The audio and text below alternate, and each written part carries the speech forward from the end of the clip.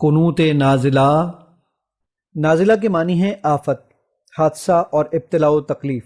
جب مسلمان آفت و حوادث کا شکار ہوں، کافروں سے برسر پیکار ہوں یا مسلمان نرغۂ کفار میں پھنس گئے ہوں، تو ایسے موقعوں پر مسلمانوں کی نجات، فتح و نصرت اور کافروں کی شکست کے لیے دعا کرنا بھی مسنون ہے۔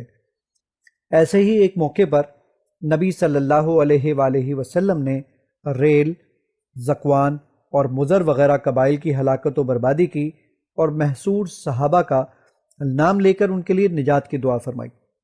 آپ نے 1 مہینے تک 5 نمازوں میں صحابہ کے حق میں دعاؤں کا اور کفار کے لیے بددعاؤں کا سلسلہ جاری رکھا۔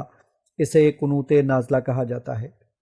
اللہم اغفر لنا وللمؤمنین والمؤمنات والمسلمین والمسلمات وألف بین قلوبهم وأصلح ذات بینهم وانصرهم على عدوك وعدوهم اللهم العن كفرة أهل الكتاب الذين يصدون عن سبيلك ويكذبون رسلك ويقاتلون أولياءك اللهم خالف بين كلمتهم وزلزل أقدامهم وأنزل بهم بأسك الذي لا ترده عن القوم المجرمين بسم الله الرحمن الرحيم اللهم إنا نستعينك ونستغفرك ونثني عليك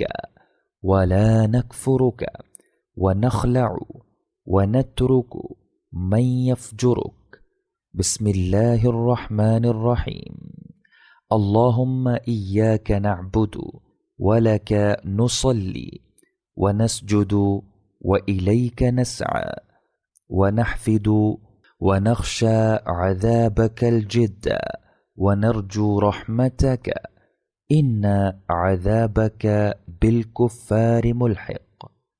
اے اللہ، بخش دے ہمیں اور مومن مردوں اور مومن عورتوں کو، مسلمان مردوں اور مسلمان عورتوں کو، اور ان کے دلوں کے درمیان الفت ڈال دے، اور ان کے آپس کے معاملات کی اصلاح فرما، اور ان کی اپنے دشمن اور ان کے دشمن کے مقابلے میں مدد فرما۔ اے اللہ، اہل کتاب کے کافروں پر لعنت فرما، وہ جو تیرے راستے سے روکتے ہیں اور تیرے رسولوں کو جھٹلاتے ہیں اور تیرے دوستوں سے لڑتے ہیں۔ اے اللہ، ان کی باتوں کے درمیان اختلاف ڈال دے اور ان کے قدم ڈگمگا دے، اور ان پر اپنا عذاب نازل کر، وہ جسے تو مجرموں سے نہیں لوٹاتا۔ اللہ کے نام سے جو نہایت مہربان، بڑا رحم والا ہے۔ اے اللہ، بے شک ہم تجھ سے مدد طلب کرتے اور بخشش مانگتے ہیں اور تیری تعریف کرتے ہیں، اور ہم تیری ناشکری نہیں کرتے، اور ہم علیحدہ ہوتے اور جو تیری نافرمانی کرے اسے ترک کرتے ہیں۔ اللہ کے نام سے جو نہایت مہربان، بڑے رحم والا ہے۔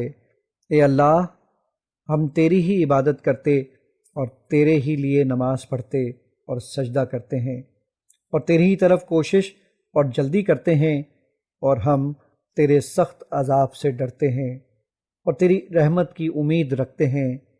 یقیناً تیرا عذاب کافروں کو ملنے والا ہے۔